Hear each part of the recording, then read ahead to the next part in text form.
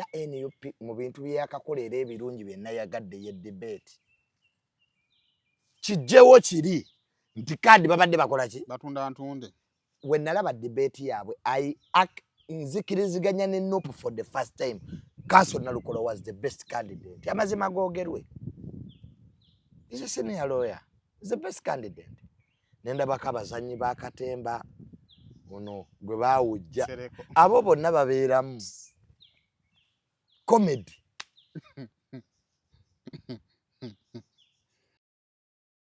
singa NUP kadi yagiwadde omwana ono wa Luswa Muhammad Luswa Muhammad ky'ekyobusiru kye yandibadde yakoze bazi Luswa Abamuganda wa Luswa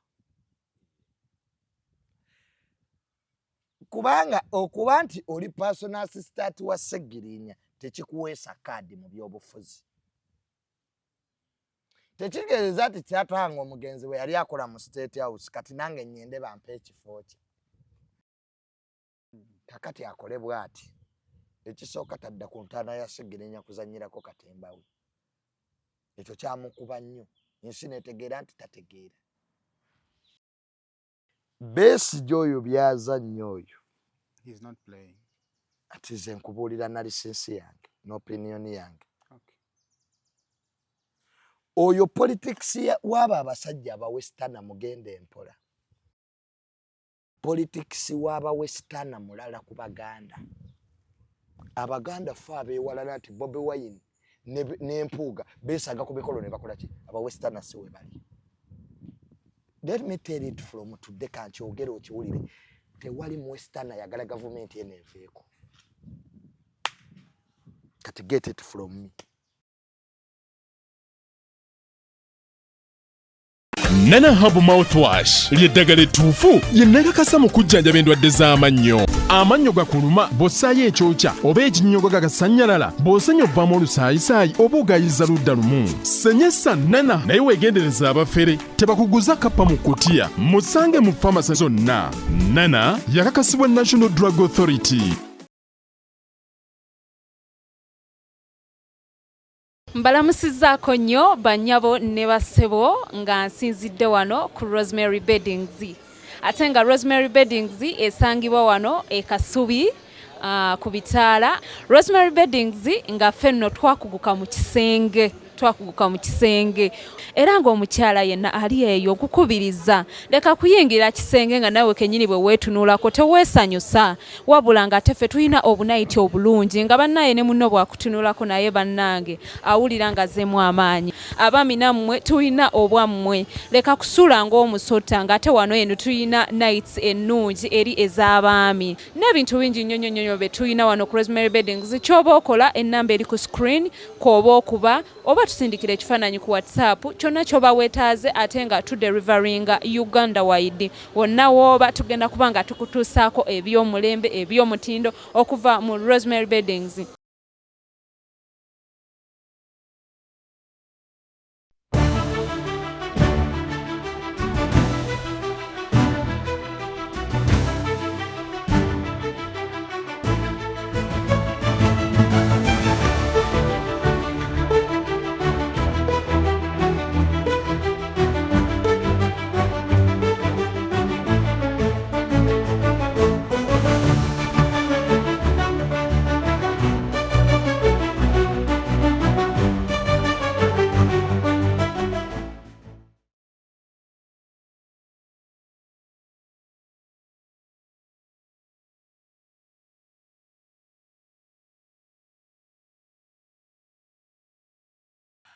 Kale kusema ofishe najo sinzira okubanga ato tulaba njagala kubuuzaako wewe kubanga ato twekaziseeko n'olunaku olwaleero.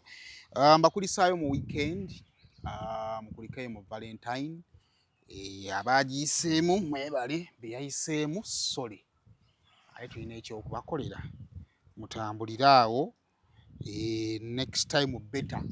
Ono Nana Hub Mouthwash gwe bamye kiss mu Valentine kiyinza okuba ekizibu kyavudde kamwa efu okulaba nga akawuwa akava mu kamwa ako kalungi ate akawuwa katali kalungi kaba kasu kafukulanga mukamatovamu kasuvaamu kawowo nano amannyo nga gakuluma ng'oliira sayidi emu ebyokyo binyoga bisanyalaza amannyogo ajja kubanga ate akuyambako ate osobola okubanga omujja mu pharmacies mu drug shops ne mu supermarkets mwali genda obere nga ate omunoonya omwefunire awo nga tuvuddewo njala kubanga nti nkutegeezako ku bannaffe aba One Voice Store eyo nno store etuusa mashini ezisala enviiri z'abasajja oba mashini ezisala enviiri oyagala zigula mu wholesale mu bungi oba oyagala gula mu retail kamu webali One Voice Store oyagala kufuna mashini kikaaki yakucharging ekozesa masanyalaze oba ekozesa manda tuzirina kale funafunye details ku screen yawo kuba kubi ku namba ey'essimu basobola okukolera delivery oba osobola bakubeerezaako ebifaananyi ku ssimu yo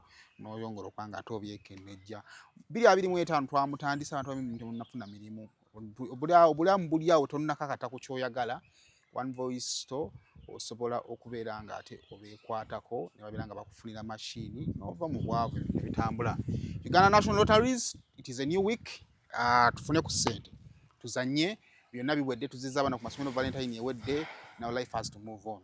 Yes, ate maaso awo tugenda mu kisiibo so weetaaga okubeeramu akasente kasoofanga osooka emyaka 18 tandika okuzannya. Tulina emizannyo mingi, tulina Landuna Cash Striker, tulina Mr Chicken n'endala mingi nnyo, tulina Fortuna's Fruit n'endala nyingi nnyo, then tulina Powerball tutera kuba omuzannyo gwa Powerball, tutera kuba ne Powerball lowdown ng'omwezi gwaggwako kati njagala tutunuulira awo February nga ggwako osobola okuhitinga jackpot bwe kulema okuhitinga osobola okufuna kye tuyita Powerball lowdown bera bukadde 10 bwe tukuwa so much ng'ennamba zibeera 5 ezifaanagana then bw'ogattako omupiira gwa Powerball gumu kitegeeza oba ohitinze jackpot naye singa omumatching ennamba 5 zokka nga tokubyeko omupiira oba ofuna obukadde 10 so kinetegekere kale *165 hash *178 hash osobola okuba nga ate ozannyira kubagenda ku www.ugandanationallotteries.go.ug okubeera nga ate okola ki ozannya.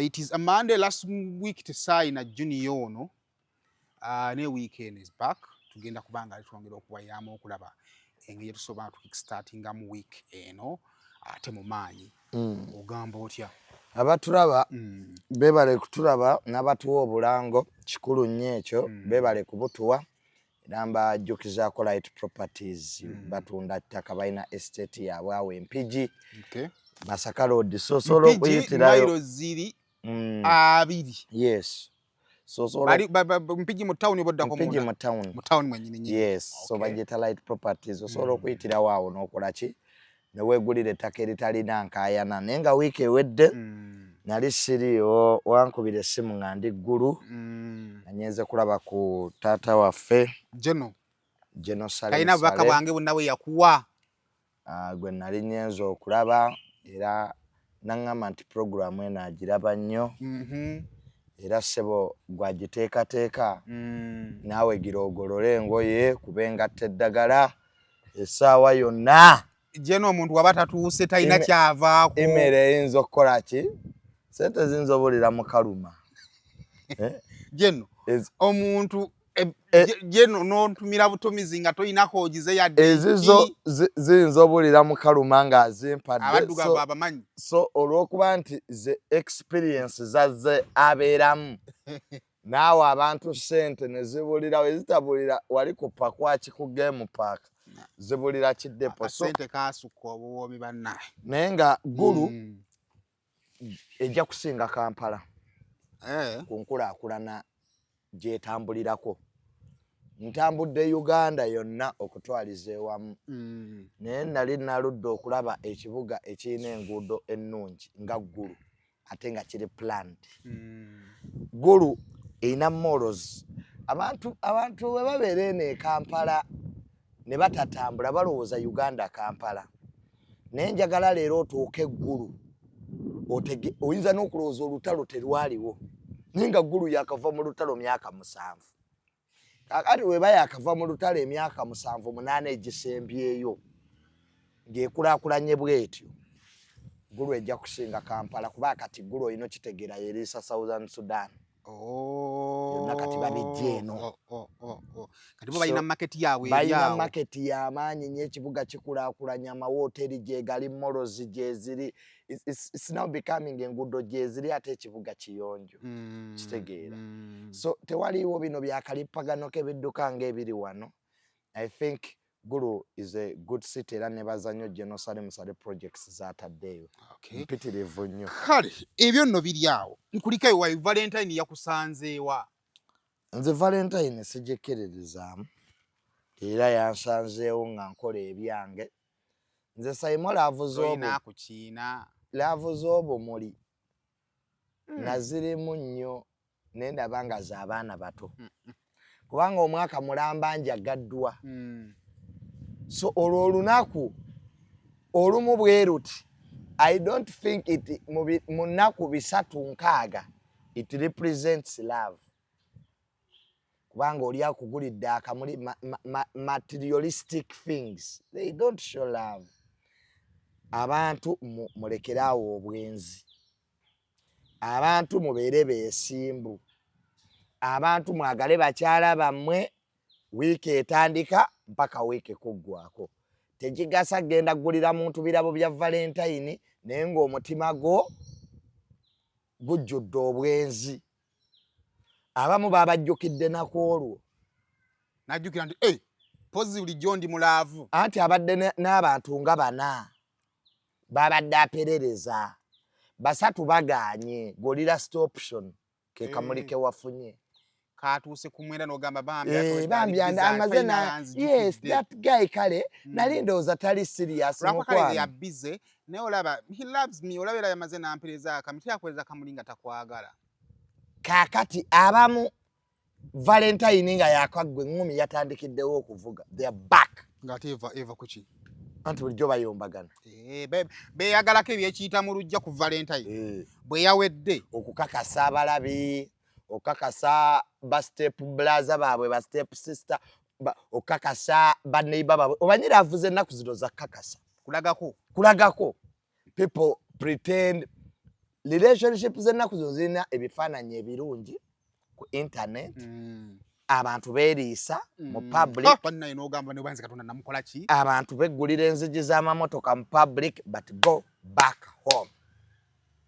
Ntalo. Obufumo bujjudde entalo, bwenzi, abantu abamu beekyawadda. Abantu benda n'ebitabakwatako. Naye just because balina okukuza abaana. Just because balinayo be baswalira. Tegera. So tutereeza amaka. Okuwa ebimuli si kwagala. Omutima gw'omuntu. Omuntu byakkolera every day throughout the year. Omuntu asobola kubanga mwenzi mu gusooka ogwa January, ogwokubiri n'akwagala n'akuwaayo akamuli, ogwokusatu n'addayo, ogwokuna ne muyombagana. Nina relationship zemanyi zimaze emyezi awo 3. They don't talk to each other. Balinze Valentine. Kwa buli omu ayinayo b'alina okukakasa. Ekigalo bwe twalabye betugamba nti maama abo mu keisi nga ekyabatuusizaawo bagala kubaako be balumya. Binyuma bagala baako be balumya bamulabe kale mikwano gye. Omanyi there is this pressure eri mu society esayimo abaana kati gye balimu today. Kyova olaba Valentine z'ennaku zino ziri nnyo ku internet because I believe oba oyagala omuntu every day should be a Valentine. Esayimo oba oyagala omuntu lwaki tomugulira ku ngoye? Oba oyagala omuntu lwaki tomutwala mu bifo gye wamututte every day? Buli lwa Sunday mwetwaleko ku beach. Kati their relationship nga every day babeera mu Valentine, there's nothing new. Then wabawo relationship z'ennaku zino mbadde nno omusajja gwendeetinga. Twafunamu obutakkaanya alowooza nnadiba abamu baguze n'abasajja. Jangu nafunye amasimu ng'ano. Bujangu obeere Valentine wange tutulwendinge. Wulira mbunzije mbeere Valentine we mbu tutulwendinge mbu tulumye ataamuwadde ye gwabadde alowooza. Abanga ne Frank Antambi yaguze relationship banga tugenda mu Valentine agwa mu mukwano ogw'amangu. Simanyi oba yagiguze naye. Nze kyenkugambye so many people. Love yonna gy'olaba ku internet nga batijja. yeriko question mark bakeraba bekuba ebifaananyi bemola ntugamba nze oba mukazi wange zegwe simwagala kimala ezo zonna ziriko ka question mark ziyinza okuba waliwo love ezaaliwo ku internet relationships ne zikkakkana amuzaleema baakula kati abaavumwa ne bategeera ne bakula n'okimanyi kyogereko tetunnafuna ku bifaananyi bya Rema n'amuza singawo byatandise dda okuluma n'obugambo baategeera nti love si kutijja bw'oba oyagala omuntu you don't have to show everybody nti omwagala people love differently waliwo abamu nga valentine yaabwe yaleero luli babadde busy nga today they are going to be together. Love is about listening to one another. Love is about honesty. Love is about trust. Love is about, you know, being understanding. Omuntu kubanga tuli wano tutijja twambala engoye ezifaanagana tuteeka twegaba obumuli naye ekibuuzo oyo gwowe ekimuli akutegeera kubanga ebimuli tebiraga kutegeera bangi nnyo tugenze ku mbaga zaabwe nga twasonda ne ssente embaga yali y'amaanyi ya bukadde 5 ne bayikyayira mu nnaku nnya kuba tebeetegeera naye n'osanga abantu nga bambi afumbye nga tebamwanjulanga na waabwe wadde okukyala naye ng'omukyala gyali afumba nga gyali afumba ate ng'agumye kati perception which this generation gyeyina mbwe akuwa iPhone yakwagala akuwa atya iPhone ng'ataaziwadde n'abalala ekirabo kye bakuwa olw'omukwano nsobola okukiwona n'ekiwa n'omulala ekirabo ekisinga eky'omukwano omuntu kyasobola okuwa bwe bwesimbu kubanga kyekintu ekibuze mu relationship z'ennaku zino obwesimbu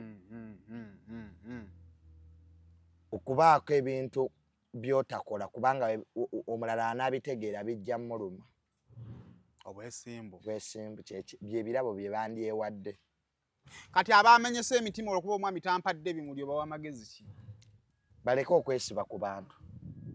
Some of them they saw this coming. Okimanyi odating omusajja mufumbo. What do you expect?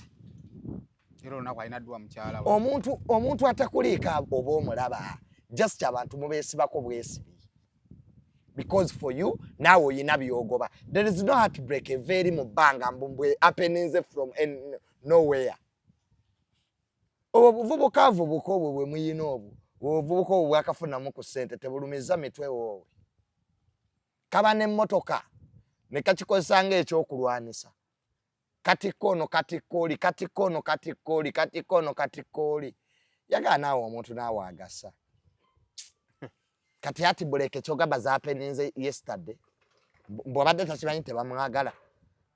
Just you don't take time to study the people we muli nabo. Omwandikira message akubulutekinga. Omuntu omukubira amasimu agamba ali busy. Kati what do you expect? Omuntu atakuwabudde muleke. Yagala akwagala. But they're just chasing me. Nze now inbox singa nkolaga message. Mpitirivu. Nga bakugobambo. Ngambo ba will be their Valentine. Nemugamba gwe Sandra Linda. When did you even think that I can be your Valentine? Kubanga you look free. I look what? Free.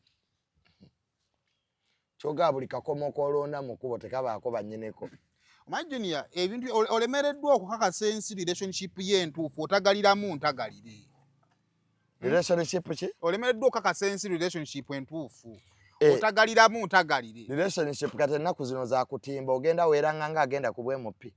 Tibanange ndi mu relationship n'egundi ati kyovula ababaleseewo. Love is a personal thing. Kweka muntu wo. Love is a personal thing. Olona abalwana okukakasa ensi nti ndi mukwano naye ng'ate ne gwayagala tannamukakasa oba amwagala. Be bamanyi ffe bye twabirimu nga tukyali bato twabivaamu ebyomugirano ebyokubeerawo excitement ebyokubeerawo I love you. Love is an action word. Ebeerako ebigitambulirako ebikolwa. Love bikolwa. Si ngoye ze bagula ku Valentine si bimuli. Love bikolwa.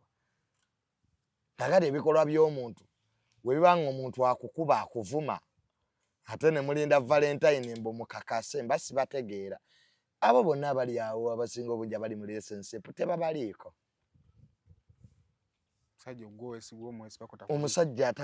Omusajja omaze naye ebbanga takulagangako na ku maama we taata we na beewaabwe bali omwo mbu ba Valentine ng'omusajja ne bwakufunisa kati olubuto tolina wootandikira.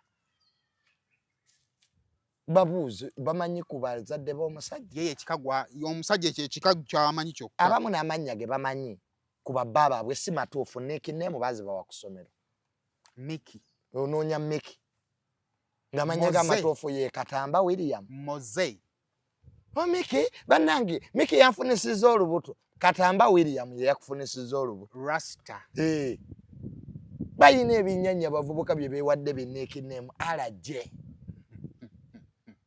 my husband alaje n'okitunuulira ekiwalaano ga kino bannange tomanyi na mannya ga musajja g'oli naye mu relationship. That's how cheap women are these days. Tomanyi ne gy'asula lavuze ennaku zino z'amabaala hello onaabeerawo mpozi onaabeerawo ku kati ku kisaawa 9 ze lavu za kafe javas naye n'omugamba nti singa omusajja oyo akufunisa olubuto n'akulekawo gye bamuzaala omanyiyo. Abamu ku bo bali mu relationship n'omusaayi tebagupimanga bagenda zaala abaana basikoseros. They have not even taken trouble to go to the hospital babakebera omusaayi. That's how kati nkulaga laavu kyeki nekyo kyoyogedde batono abakikola tugenda tukebera batusolo tuzaala mwana ki gwe baleke tukebera gwe tuzadde anti bagwagwa sente bajja zewulira tukebera gwe tuzadde abasikira nga tumanya nti bulijjo tuli bakaaliya tebafunanga na budde abamu ku bo tamanyi na patanaawo oba mulwadde wa siriimu oba tali atya n'omuga tugende twekebeze webali awo mbu beewadde mbu baabyewadde kumbe beewayo ARVs mbu baabyewadde. Omanyi Uganda people have taken relationships to be something ekyokuzanyiramu. People are playing on people's emotions by the way because women these days are never serious. They are not. They are not. Ningo omuntu ali serious era oba omulaba.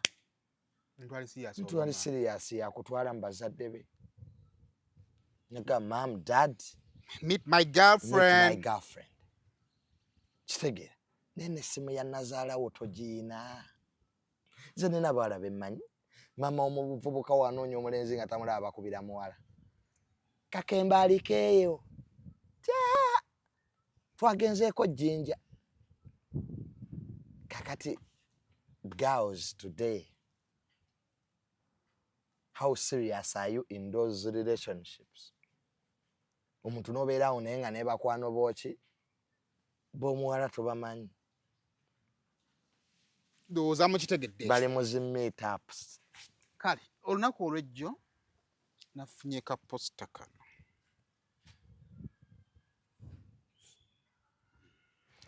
So relationships is really a little bit serious. It's not a one-day thing. Relationships teba ya lunaku lumu. Bajja bagizimba mpola. Nafunye ka posta kano okuva ew'omukulu Luwemba yennyini. Akaŋŋamba so kitegeeza tulikodingidde sheeno omukulu Luwemba atandise okugenda okukola mu consultation mu parishes omwenda ezikola kawempe no. Naye byonna Alabudde ono Luwemba simanya Luswa Luwemba. Era agenda kugendako byonna Alabudde. Bando kawempe 1 waise 1. Singa NUP nze siwagira NUP. Siri muwagizi waayo. Era ne Bobi Wine simuwagira. Naye ku luno Nuupu bukyanga ekola ebituufu okuwa kanso nalukola kaadi kye kituufu kye yakoze omwaka guno. Era gwakatandi. Omanyi waliwo ebintu nga bituufu nga toyina ngeri gy'osobola kiwakanyaamu. singa NUP kadi yagiwadde omwana ono wa Luswa Muhammad Luswa Muhammad kyekyobusiru kye yandibadde yakoze. Bazi Luswa Abamuganda wa Luswa. Kubanga okuba nti oli personal assistant wa Segirinya tekikuweesa kadi mu byobufuzi. Tekitegeeza nti kyatwanga omugenzi we yali akola mu State House kati nange nyende bampe ekifo kye. Bano abavubuka mubajjawa. Does it mean nti Junior because tatange yali mwogezi wa president oba advisor kati bwe yavaawo nyende nange bampe? Akafukisa bikaba weekali. Si bwe bikola mu employment world. Buli kifo kibeerako butya bw'okifuna. Enkwatagana ya Segirinya by that time nali mu NUP. Segirinya ne Bob Wine balina enkwatagana yaabwe nga bo ababiri. Era ebyaweesa Segirinya kadi si bye bijja okuweesa ono omwana. Ono omwana kye yandikoze teyandireese kadi ya Segirinya kwa mu byobufuzi tekola. Abafiiriddwa bazadde baabwe ng'abalonzi basasudde bazadde baabwe bye baakola. Kakati Segirinya oyo yamuzaala. Luswa Luwemba mutabani wa Segirinya. Yalina abaana ba Segirinya. Kyekubuuzizza si kyeozeemu. Nkugambye nti mutabani we, yes or no, tomanyi kuddamu bibuuzo. Si mutabani we. Kakati kiri kyegubaawo ekya entitlement. Ebiba bikola mu busika. Nti eddaame ligambye Junior eki ne mu byobufuzi tetulina busika. Parliamentary positions are not hereditary. It is the voters to vote. And getting a NUP card is not an entitlement. Si kyabwa nannyini. Si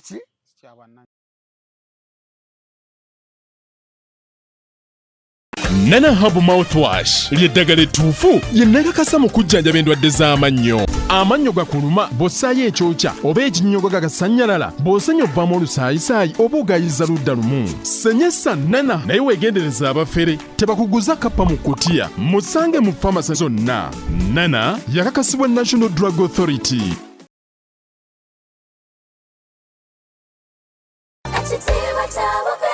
Omuzadde essomero wogenda okusomeseza omwana wo naawe weewuunya engeri gy'akyuka mu byenjigiriza ly'erya Brain Parents Day and Boarding Primary School erisangibwa e Bukalango. Ssomero lya bawala n'abalenzi okuli abava awaka n'ab'ekisulo. Ddala ku nassale okutuukira ddala ku kibiina ekyomusanvu. Essomero lino lya mulembe nnyo nga lisangibwa mu kifo ekyagazisa omuyizi okusoma obulungi. Tulina ebibiina ebigazi ate nga birabika bulungi. Endabirira y'abayizi ey'omulembe n'ekifo we bajjanjabirwa omuli abasawo abakugu. So nga n'abayizi balina tanka kwe banywa amazzi amayonjo. Dormitories zaffe enteeketeeke bulungi omutali mujjuzo. Ebifo eby'enjawulo abaana we bazannyira awali n'ebyokwerinda ebinywevu. Tutumbula ebitone by'abaana okuyita mu by'emizannyo, katemba n'okuyimba nga tulina ne swimming pool. Abaana mwe bayigira okuwuga ssaako n'okubayigiriza emirimu egy'omutwe ng'okufumba. Emmotoka zo we ziri eziwerera ddala okutambuza abayizi ababava awaka. Brain Parents Day and Boarding Primary School lisangibwa Bukalango. Okumanya ebisingawo osobola okututuukirira ku nnamba z'essimu ez'owammanga.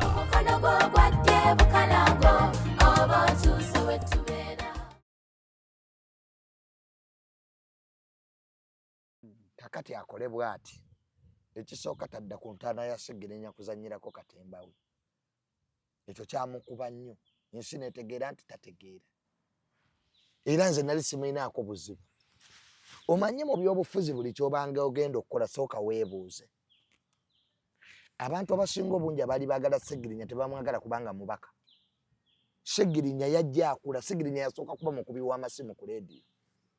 Nze buli pulogulamu tatange gye yabeerangako Lubakyoya Segirinya Muhammad onoona lebo Lutamaguzi Sebakula bali bakubiba amasimu ku radio buli programu y'ebyobufuzi nga kati tutandise okumanyira amannya gaabwe Idubakyo ya siba waliwo nono eddoboozi ly'ekyebanga yali Segirinyo era eddoboozi ly'ekyebanga Segirinyo eddoboozi ly'ekyebanga kati abantu ne batandika okutegeera nga tebateesa naye nga bakuba amasimu programu zaki z'ebyobufuzi Segirinya n'afuuka kansala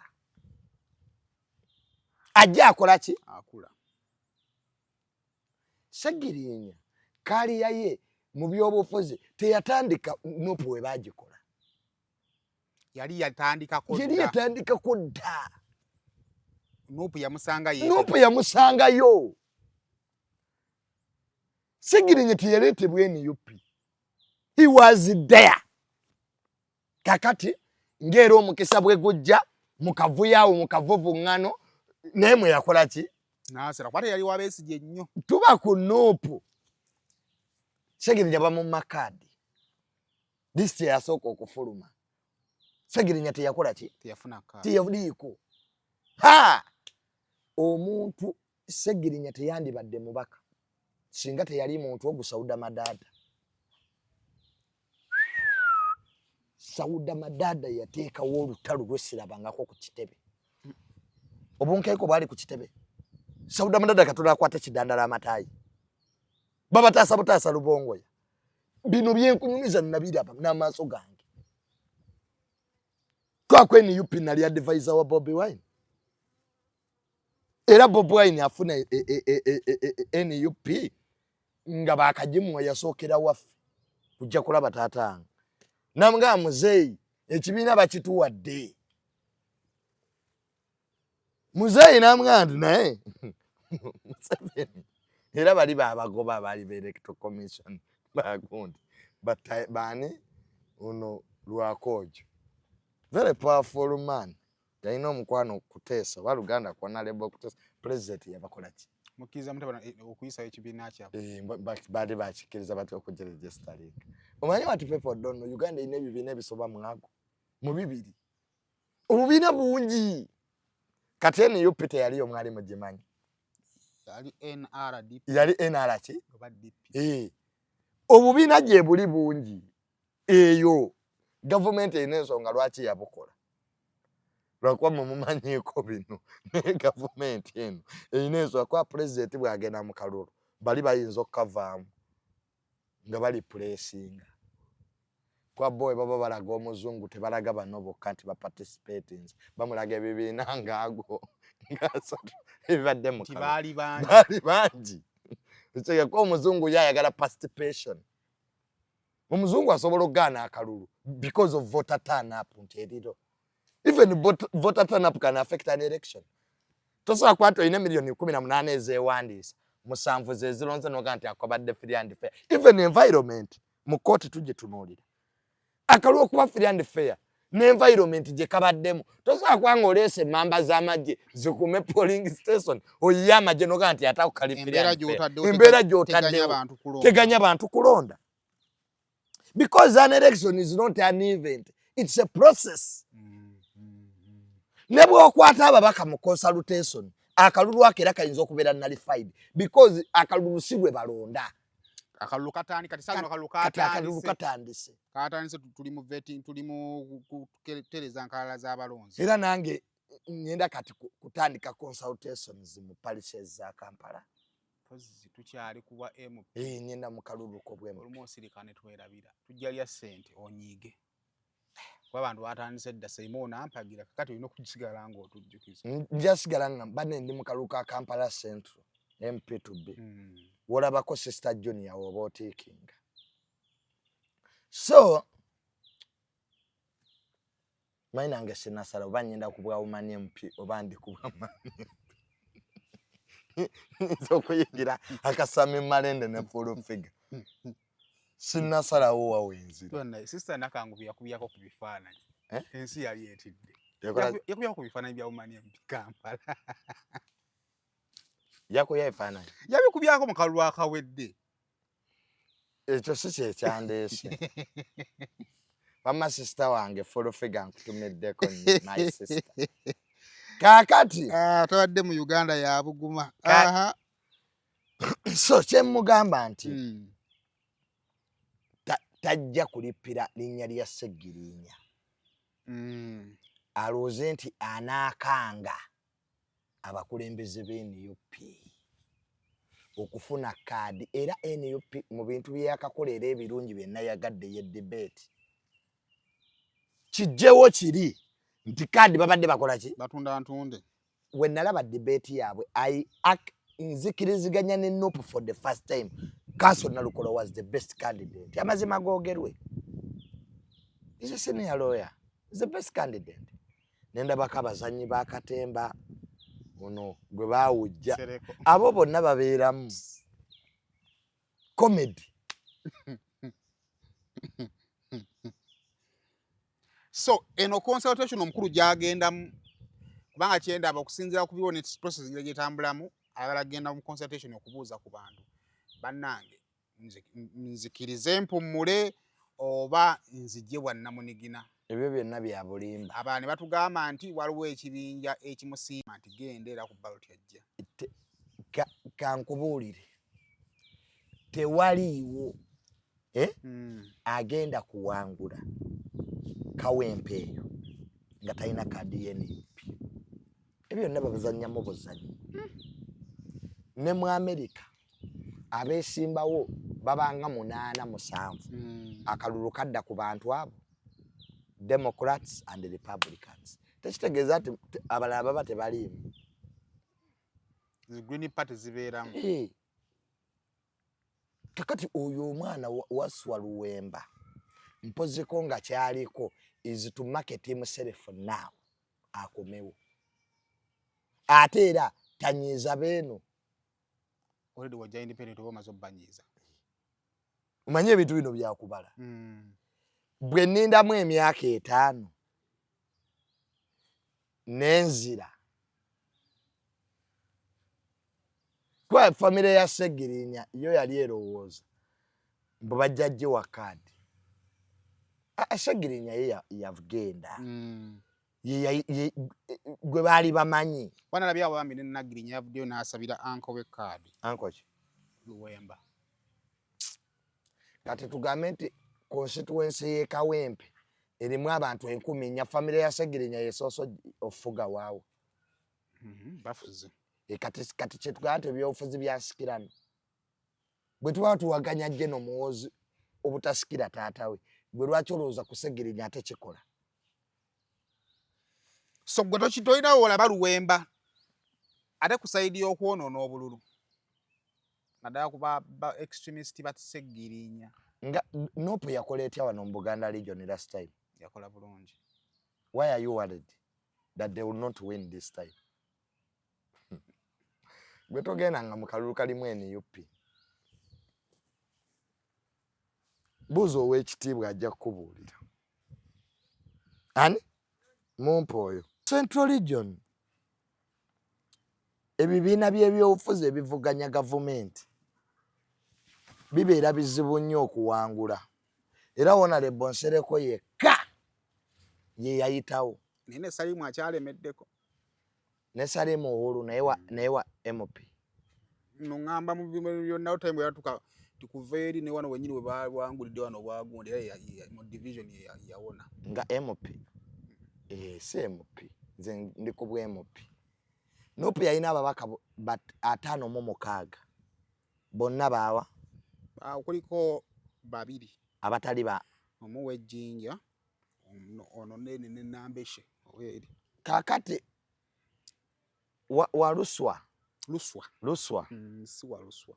Muhammad yasiramuse na busiramuse. Kwati yazaalibwa nga musiraamu naye nga yasiramukadda. Will not stand a chance. Sente zo bajja muwa. Kati alinawo forces awo ezimugamba kakati tuteekewo ko ku mbeera. Okuteekawo embeera kyo kibeerawo. Era kati bambi ayinza okuba abala ssente kuba forces weeziri nnyingi. Waliwo ekirowoozebwa nti gavumenti erina baako kyeprovinga mu kalulu ako. Ekisooka ssente zigenze mu structure za ghetto nnyingi.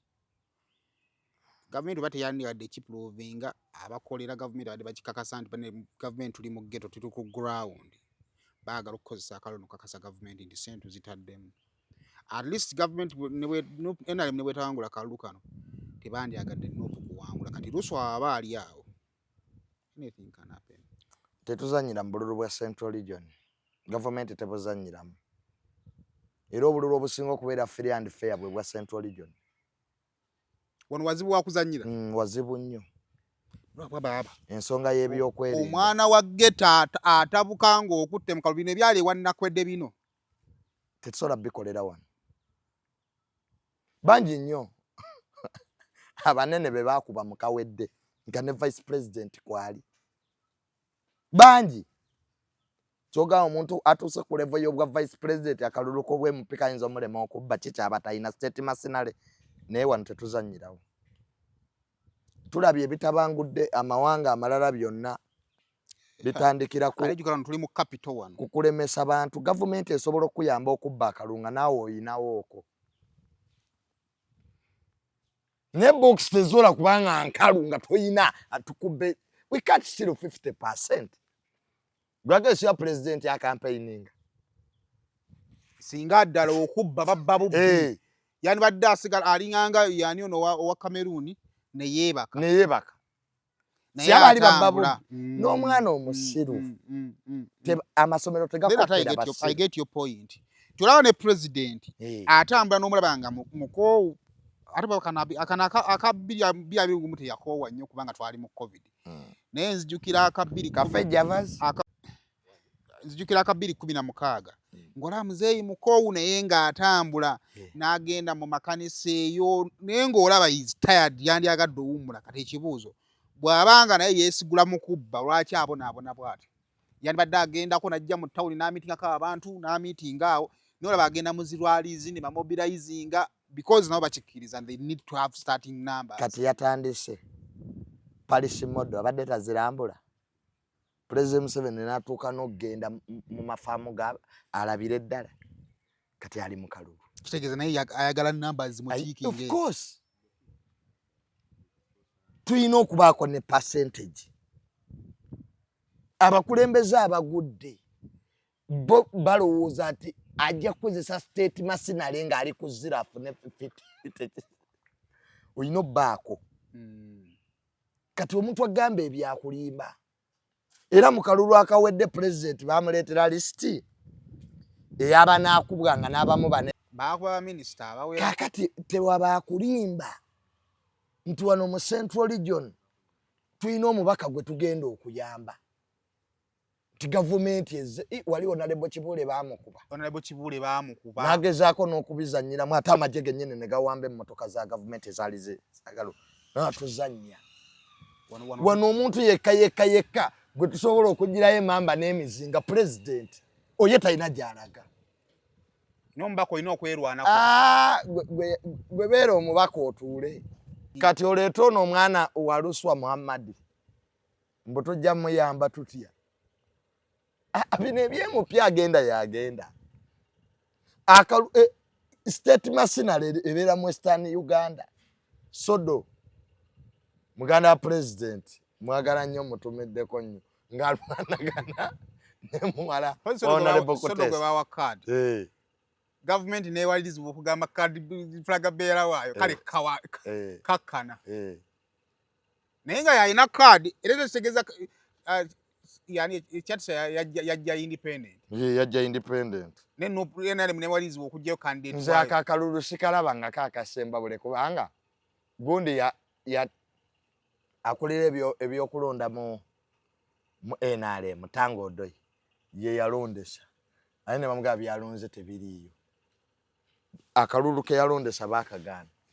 Ali Haji Kigongo najja batabaganye naye nga bino bya first family biveemu. Tugenda omaliza flaga bearer ate ne bawa Sodo card flaga bearer ate na amaliriza ngate abivuddemu yalina obbivaamu. Kati eyo state masinale bwe kyali esemba bulo okimanyi. State ku state. Government kuki? Eyo babikola eri mu ezo Western Uganda wali abanene. kati lutakana gundi bamukuba akalulu formato nije nakola lo famwe lukutana najira y'abaana emmundu utafire bamusabwe yali otafire je notafire bamukuba oli omuvubuka simaye kayinda simaye kawunda simayani erinya litegeza mbwa akasolo akali ebyuma kachi yakuba otafire je notafire ku arrogance nakiriza ebivudde muko eyo yonna biba biboozi byammwe fa abamanyi what state means state tegenda kubbira kalulu from 0 to 100 so kana akalulu bwoba amaanyi togalina tosuubira kuyambako naffe tulina ebitundu ng'aba gavumenti byetukiriza twano Bobi Wine agenda tukuba wadde mwandyagadde wadde twandyagadde nnyo okuwangula kino ekyanakwedde kyo twalina okukikola akamanyiro kaali kasuse yali atukubye by elections esatu omanyire head of state nga buli walaga otukubidde mwaluwo otukubiddewo nga gwani who is this n'akalulu kannakwedde nze mba nakwedde n'akalulu kabako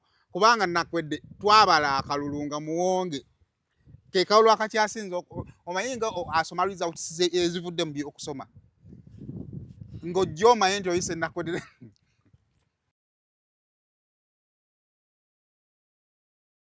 Almutawa Enterprises Limited bano be bakafulumuluyo estate development oyagala kutunda oba kugula ttaka Almutawa Enterprises Limited be bakafulu balina plot enteeketeke obulungi ate ng'ebbeeyi esobokera ddala ensonga zonna ez'ettaka n'oddikulakulanya zonna bazikolako bagula n'okutunda amayumba ate basooloza n'ennyumba z'abapangisa ku lwa Land Road kwagatta n'okulabirira ennyumba zo Almutawa Enterprises Limited beerufu Almutawa Enterprises Limited esangibwa e Nansana ku Hoima Road mu Nansana Municipality oyinza obafuna ku ssimu 0705479993 oba 0753399461 ne ku ssimu ya WhatsApp +973623889 teweerabira Almutawa Enterprises Limited.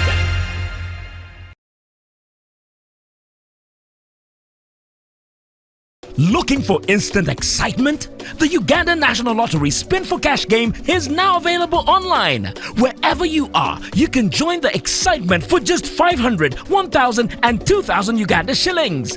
Don't miss out. Register now on www.nationallottery.go.ug for a chance to win your share of 2 billion instantly. What are you waiting for? Play Spin for Cash now, anytime, anywhere. Ituba is the proud operator of the Uganda National Lottery. Uganda National Lottery.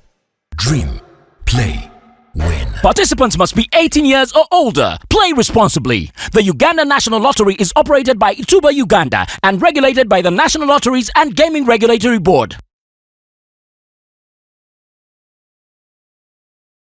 Bobi Wine yali atujoze nnyo ab'NRM nga tufudde kapiira by election ku ng'omukulu naye what's happening era kyamukoze mu bayishoni zonna eziwedde aliko zibadde nnyo mu mambuka kakati zibadde nnyo mu mambuka ne mu western by the mambuka na western kwa eastern tibadde by election wano wo awe ebizibu omanyi are n'ekirala ogoleta oyimanyi nti nopu eyina obusobozi kuba kati abantu bali free eyina obusobozi okukwata buli MP n'emuwa polling station.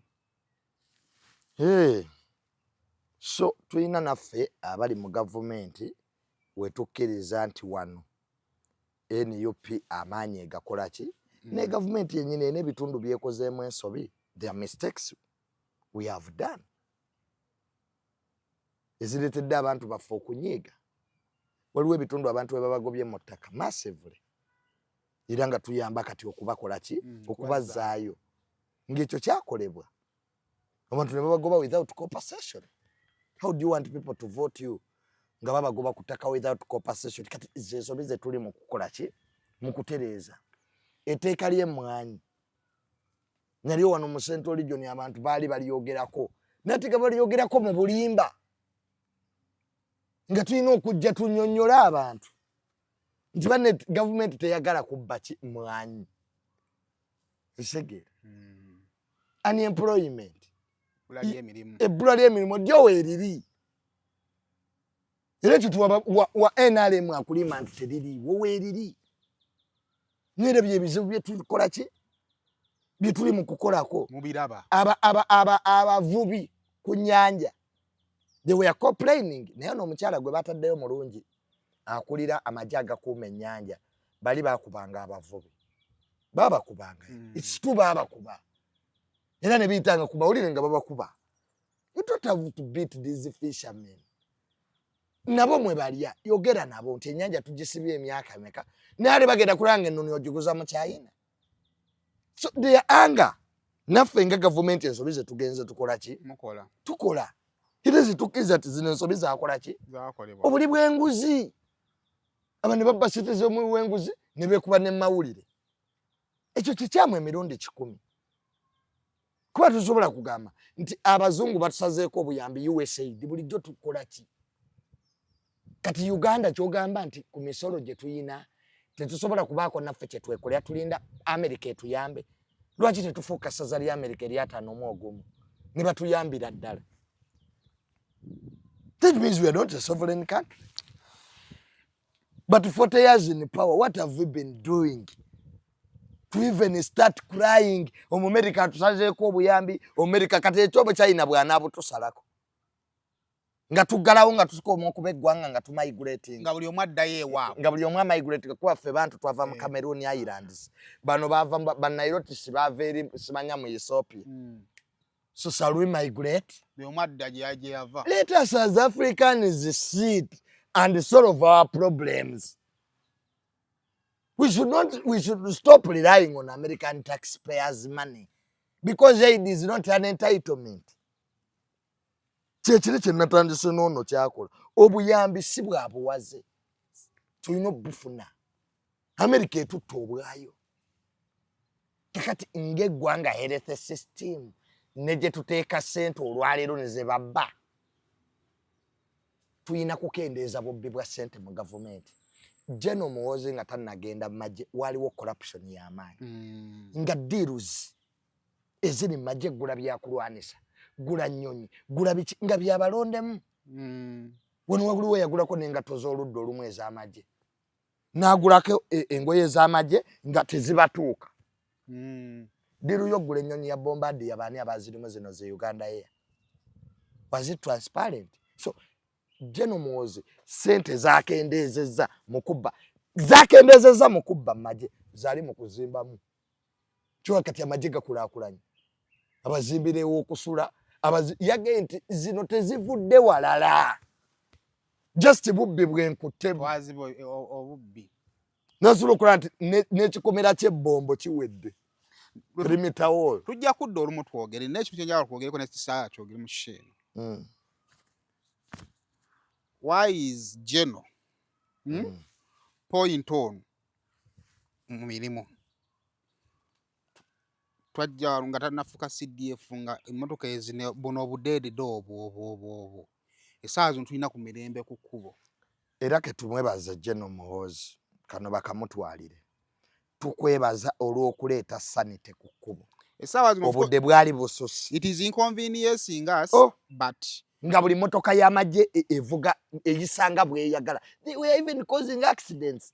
But okuva General bwe yafuuka CDF General Muhoozi, this is my first time true or false okulaba nga at least ku kkubo kuliko discipline ne mubeerako mu jjaamu ne patrol ng'eri awo ow'amagye yakutomeranga n'ajjayo omuggo nakkuba omanyi tuli mu bintu by'ekisiru bino kanki ninga yakutomedde mu jjaamu omwo singa ab'ebyokwerinda bo jjaamu bw'atukwata batukubira tubaviire bayitewo singa ababbi balumba abantu emmotoka nga ziri wamu ani ayinza okutaasa then n'ebirala saa zino renovation z'amakubo ezigenda mu maaso mu kibuga Kampala zeyayogerako oba ontegedde bulungi era General Muhoozi yaleese renovation zino ez'amakubo naye nze my biggest question ezigenda mu maaso that's so good byakwatako birungi naye mukozi mulungi kyogere naye ekibuuzo lwaki ate ateekawo ebidistracting ebirungi ebyo naddala ng'ayita ku mikutu gye egyaki tujja kyogerako ddala awo nvuddewo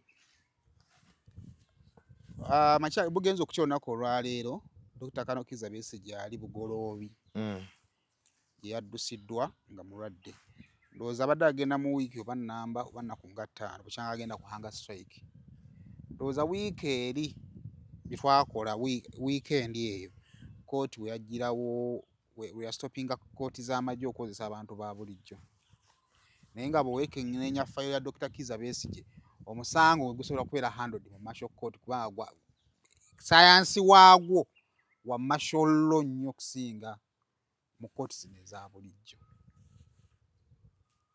Abantu bali mu kubuuza ekibuuzo kimu. Tulabyeko emboozi zino twalina no Seggirinya nga akaaba mulwadde muyimu isaazo naye afudde. We've had those stories nga abantu bali mu makomera nga balwadde ebyaddala ne boogera of course abapolitikinga ne tumaliriza abantu nga bafudde. Gavumenti teyize. Gwe gangubuulire Simon. Nze siri mupya mu by'obufuzi. At least ndabyeko ku bululu obubadde wano. Besigye oyo byazannyo oyo. He is not playing. Ati nze nkubuulira na lisensi yange n'opinion yange. Okay. Oyo politics waba abasajja abawestana mugende empola. Wano Sejjusa yavaayo n'ayogera ebikankana bwe biti. Muwozi project biki wololo Sejjusa ayogedde ebikankana bwe biti. Nduze tuwalaba Sejjusa bye yayogera. Oyika weerabidde. Avudde ne wana agenze ebweru. Batugambye nti Sejjusa akoze tourism. Simanya aina bakolagana na babazungu. The same story. Ze bagamba ku Besigye. Tuki tourism. Kyatumala enviiri ku mutwe. Sejjusa olwava ebweru yatuukira mu State House. Nga batula ne president. Nga boogera ebyabwe ebyabanyankole ebyabawestana nga Sejjusa ddewuwe. Yasiibulwa majje n'akasiimo akali above 1 billion. Jeno tumukunde. Naye jano n'ayogera ebikankana. Omanyi nkuwa example abawestana abo bagenda empola balina ebintu byabwe. Jeno tumukunde n'ayogera ebikankana. N'akalulu akawedde teyalimu mu baavuganya Museveni. Okumanya gavumenti eno nzibu era abakyalimu abo abasajja mbeewuunya. Mutabani wa Jeno Tumukunde yawasa muwala wa President Museveni.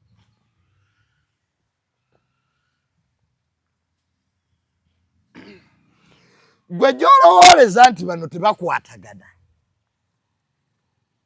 era bali bubi. They end up doing what? Mbabazi yasembyeyo wano. Twalaba President Ramaphosa President Museveni nga bazze kwanjula kwa mwala tewabiraba. Mbabazi na exciting sa abantu. Bano bonna banamboze badduse, bamuwanga gundi basegona badduse, bali mu go forward ffe tutunula bwe tuti. Tugaba na bawestano bamanyi.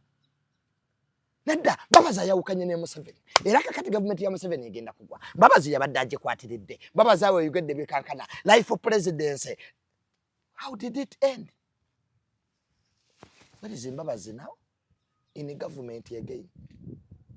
Ajja n'okujja ku mikolo salute nezikola ki? Politics waba westana mulala ku Baganda. Abaganda ffe abeewalana nti Bobi Wine n'empuuga beesaga ku mikolo ne bakola ki? Aba westana si we bali. Let me tell it from today kankyogere okiwulire. Tewali mu westana yagala government eno enveeko. Kati get it from me. Omuwestana agamba nti President Museveni asigalawo Bobi Wine n'atakwata ne waba talina kikumi. Gwe waliwo consensus. Goloza lwaki abawalabu baganye Israeli okutwala Palestine. Lwaki Israeli ey'amaanyi eremeddwa okuba Palestine once and for all etayina nnyonyi etayina mizinga. Biveri mbawalabu. Omuwalabu yagamba nti Israeli bwekwata ku Palestine ne Saudi Arabia badde amwagala amukyawa. Oba kyekunyonnyola okitegeera. Omuwarabu tasobola kutuula tekisobola muyingira mu bwongo nti Isirairi etwala Palestine n'omuwarabu atategeera nnyo ekyo tayinza kikkiriza. Waliwo mu nsi ebintu wali ogaseeko amafuta n'amazzi byali byegaseeko kati mu nsi waliwo ebintu bwe bityo. Wasobola beera omutuufu Junior wali wamu nti bwe tutunuulira Western Region engeri gyalondangamu bayirayo mu biseera bya Mbabazi bya Besigye Western Region Museveni ne Besigye baagigabananga.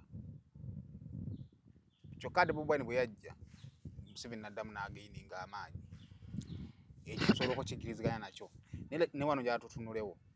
Bwe tutunulira Dr. Besigye embeera gy'ali mu ssaawa zino tolowooza nti kiyinza okuleka Western Uganda ngeri divided mu mbeera eno naddala kubanga kiyinza okuba nga the science eri waggulu eno naye nga tasobola kukka wansi. Kankoweeyo ekirala.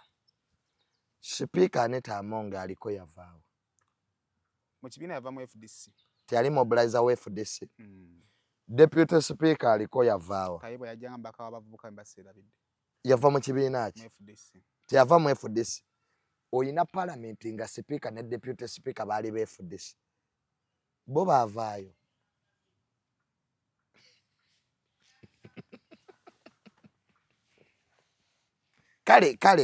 Kale Muwanga Kivumbi abeere Speaker wa parliament.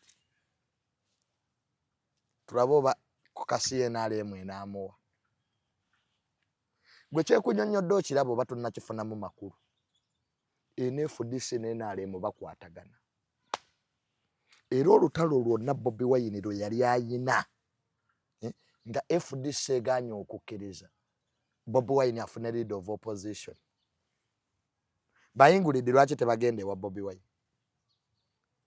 Omanyi mu FDC waliwo abatasobola kulinnya ku kitebe ky'NUP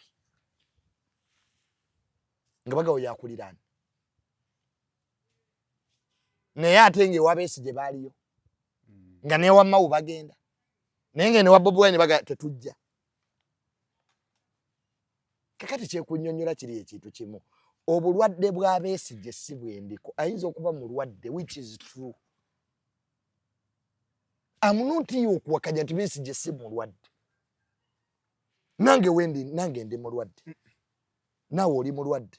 Nono muki. Nefe bulwadde waffe tebwetaagisa kutuulira. Owa Besigye buli ku level etuulira kibala ne bamugye n'eruza gy'ali bamutwala ebugolobi. Let me tell you, bakungu ba gavumenti bameka batamulambudde. The last person even to visit Besigye was the Minister wa ICT Bali Omonsi. Namugamba alya ku mmere. Nakola ki? Namugamba alya ku mmere. Bobi Wine bamukwata aba gavumenti baaliwa okujja okumulambula naye ali ekamere. Direction gy'otwala embooza. Ati kubuulira nti wano waliwo ekitali kituufu ono waawaka. Baby yagambye tajja kukomba ku mmere. Gavumenti bakungu beeyiye. Ati lindamu. Gavumenti yandibadde nsanyufu nti agivuganya agaanye okulya afe. Ekifaananyi international. Essasi eryayita erya Bobi Wine kwaluwa eryamuyitako lye baali bagenda omukuba Bobi Wine ne likuba driver bameka abakungu ba gavumenti abajja ne bakikondeminga ne bamulaba nako mwaluwa gye baali bamusibidde. Bali Omusinga teyagendayo kulaba ku Bobi Wine. Tibanna omusajja yawonye essasi. Ebintu ebyo byogera bikanga ebituufu naye ndabanga ebiwabya. Ebyobufuzi by'abawesitaana bwe baba baddisaaguliyinze genda mpola. Kwa examples nzikoze eki? Ozimbadde. Fe Abaganda, fe abawalana olugenderezo. Baganda bannaffe olugenderezo. Bangi nnyo abawesitaana tebakkiriziganya na mwami Museveni nfuga ye. Naye bwe kituuka ku bukulembeze okubukwasa Bobi Wine baga okuba oyo agira abeerako. Kikikubidde President Museveni mbuyinza. There's no another alternative. Gwe balina. Gwe bayina. Kakati gwe President Museveni yagaana kabaka wa Banyankole. Omusinga. Yani Omugabe. Ha! Bajeneri tumwine be baali babirimu. Bwe bamuteekeko Omugabe yagamba muteekeko Mulabe. Kyokka baali tebamwagala Banyankole. Bo tebaagala kwerako na Mugabe. kati waba yagaana kiri ba westerners ne bakkiriza kati Besigye kyoga kye kikulu ennyo ono wa waka waabwe oyo Besigye waabwe era kati ojja kuwuliranga n'emisango bagimugjeeko abo abasajja ba gavumenti ekintu ekimu kye baagaana okukkiriza nze kye mbagamba buli we mbasanga tukkirize ekintu ekyo ti Bobi Wine waali is now a factor. Let us now see how we are going to tackle. Because ebikola Bobi Wine unemployment. Ebikola Bobi Wine kugoba bantu ku mataka. Ebikola Bobi Wine mabanka kubba sente z'abantu. Tuti people complaining over banks. Waliwo n'omukutu gw'amasimu gwadde gusalako abantu sente. Nigumala ate nguteekayo ekiwandiiko nti gwali gwina zisaladda. There's a lot of poor service delivery.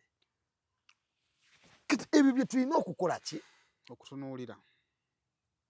N'ebyo ebyokulaba nti tuteekawo obubadde Besigye adde buying sipa gwe kusoosa okusiba Besigye baamuteekako omusango mbu yakwata omukazi emyaka 2 emabega.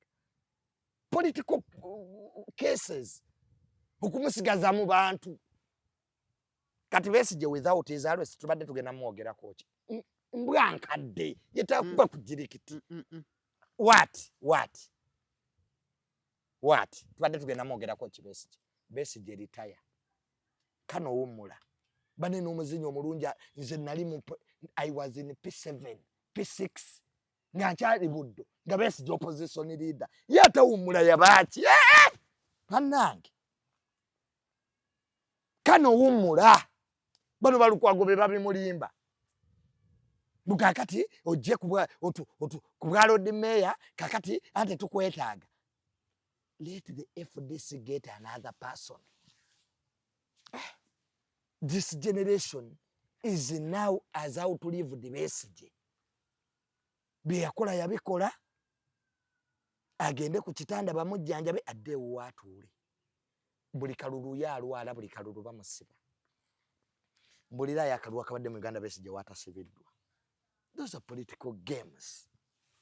Byaba western ne batuula gerrymandering, building a perception nti naye akyaliwo era bw'anaava mu kkomera mbw'ayiteko mu kibuga ebyo byaggwa.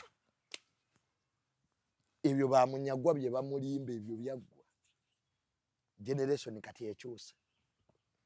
Bobi Wine has revolutionized the politics for better or for worse. Kati we should accept.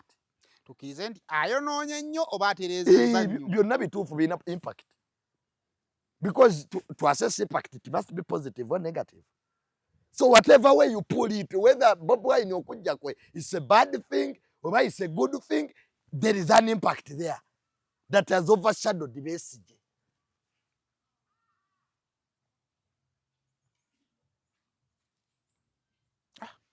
Nina ndaba General Muhoozi nga amwogerako Besigye, I will behead you. Talkability. Ekyakikola ne ku Bobi Wine. Talkability. Because he can't behead him.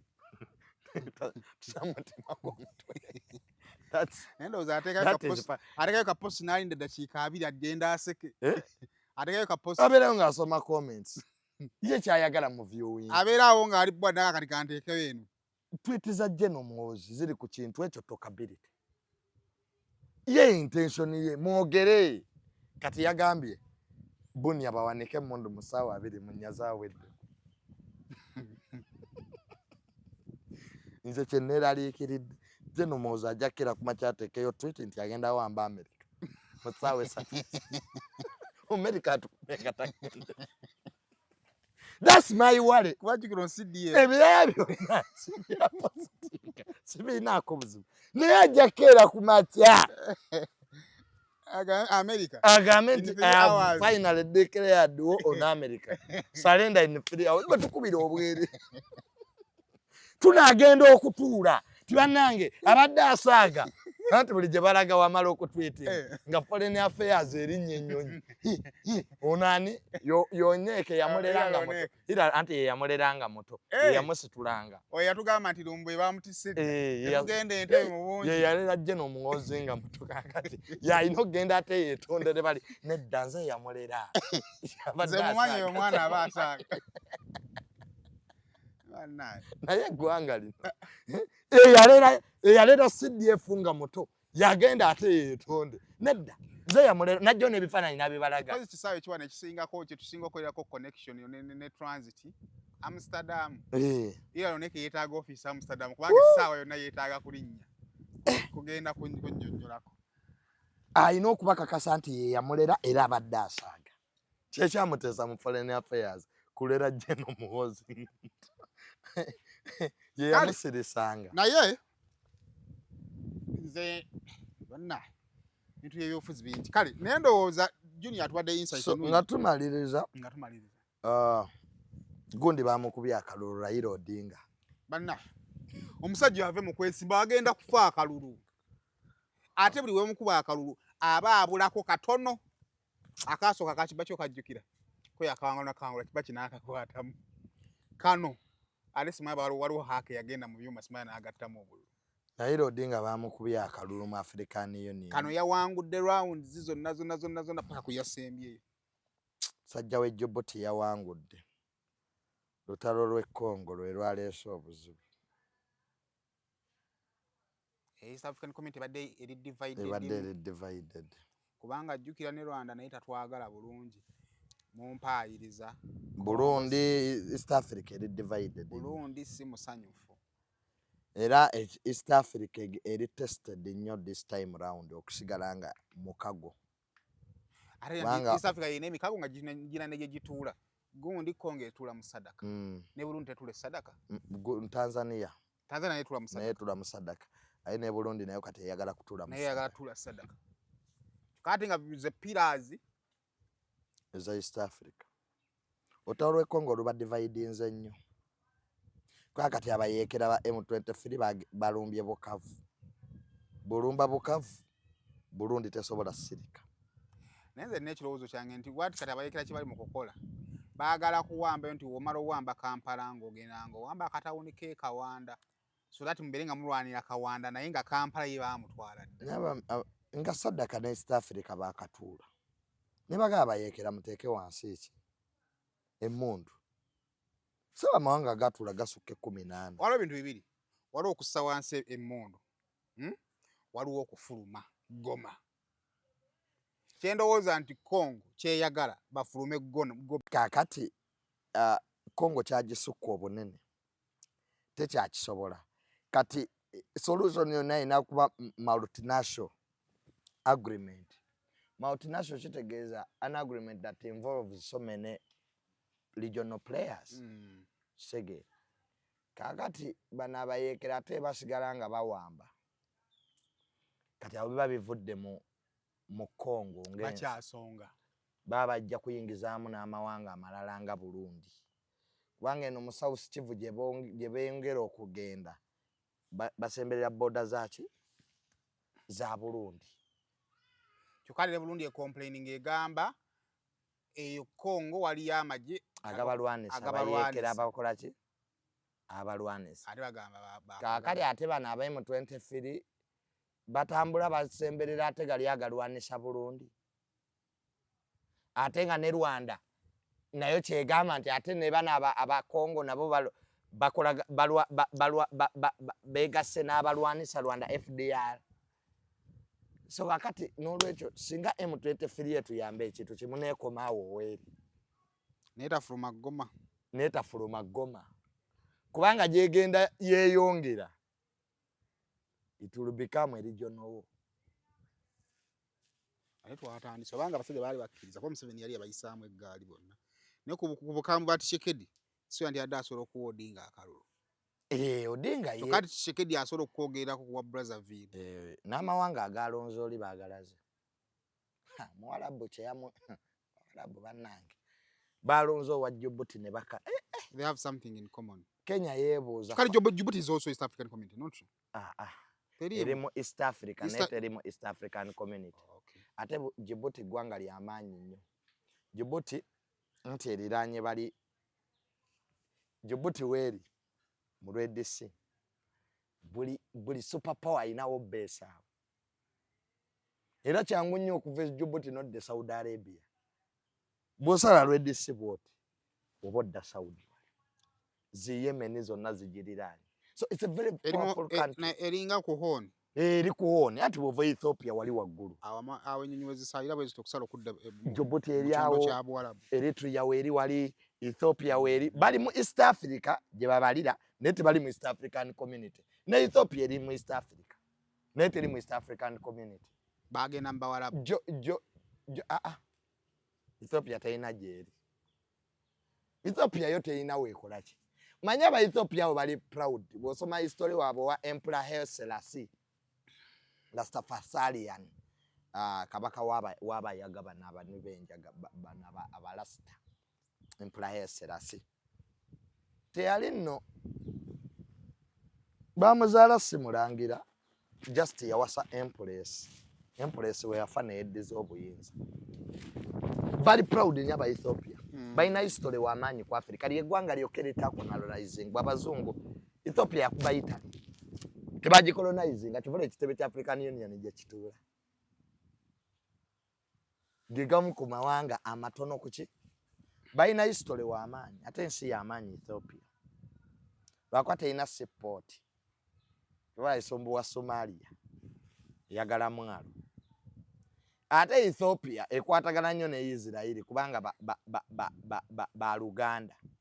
Tumanyi kabaka wa Israeli Solomon yebaka n'ono omukazi Queen of Sheba. Aba Ethiopia mwe bava. Era ye Emperor Selassie olunyiriri is divine. Ava mu lunyiriri luli. Is a divine. Ebitiibwa bye obiwulira Lion of Judah. Emperor Selassie. King of Rastafarians. Simanya the symbol of Africa. Yali musajja w'amaanyi Emperor. Naye bamutta. Kale kyekyennaku ekiriwo. Naye nga yo Odinga tukusaasidde. Naye nga Odinga ye tumusaasidde nnyo mu ye nannyini kikwega taata we. East African anti taata we naye yali tategera bulungi. Taata we baamuwa obukulembeze ate n'abuza. Ate obuzibu ono bw'alina omwana gw'alina muwala. Baasiba ba Kinyata ne basiba bonna bamboya. Taata wa Odinga n'afuira pulezidenti w'e Kenya. Ate obuyinza n'abuzza mu Bali. Kinyata olwava namugamba mukama wange luubo ye n'aba vice kati akkirize nga taata we kiyasobola. Taata alina mwana muwala. Alina mwana muwala omulenzi bagamba mutabani we yafa. Alina omwana omulenzi eyafa. Alina omulenzi naye aliwo.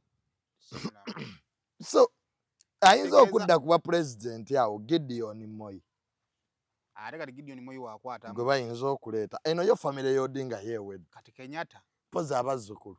Pozi kati ne famire ya Kenyatta kati tandise okwetegeka naye yagala kuzza. Bayinza nabo okwagala okudda. Tebalina mutabani Bakinya ebbo bayina. Kubanga ono ate Kinyata yabadde afuga Kenya ye muto yasemba obuto mu famire. Alina baganda babakulu. Famire y'aba Kinyata ye reorganized. Kitegeeza after 10 years tusofunayo Kenyatta ow'ensambu ayinza okujja. Yes. Oba ni mutabani yo Odinga ye naye era bambi Odinga alina kisirani. Omujaluwo n'afuga Sudan, Salva Kiir. Omujaluwo Obama n'afuga America. Omujaluwo Obote n'afuga Uganda. Gye basinga obungi Kenya tebalina president. Omanyi tulina tribes bbiri ez'amaanyi wano ethnicity. Banyarwanda n'Abajaluwo.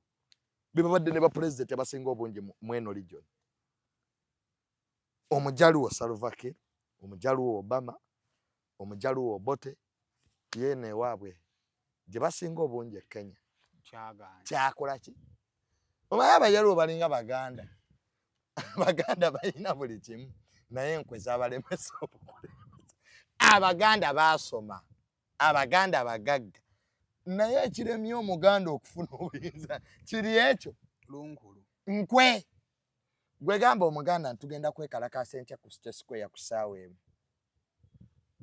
Omuganda omu ajja genda agambe poliisi tugenda nno kwekalakaasa.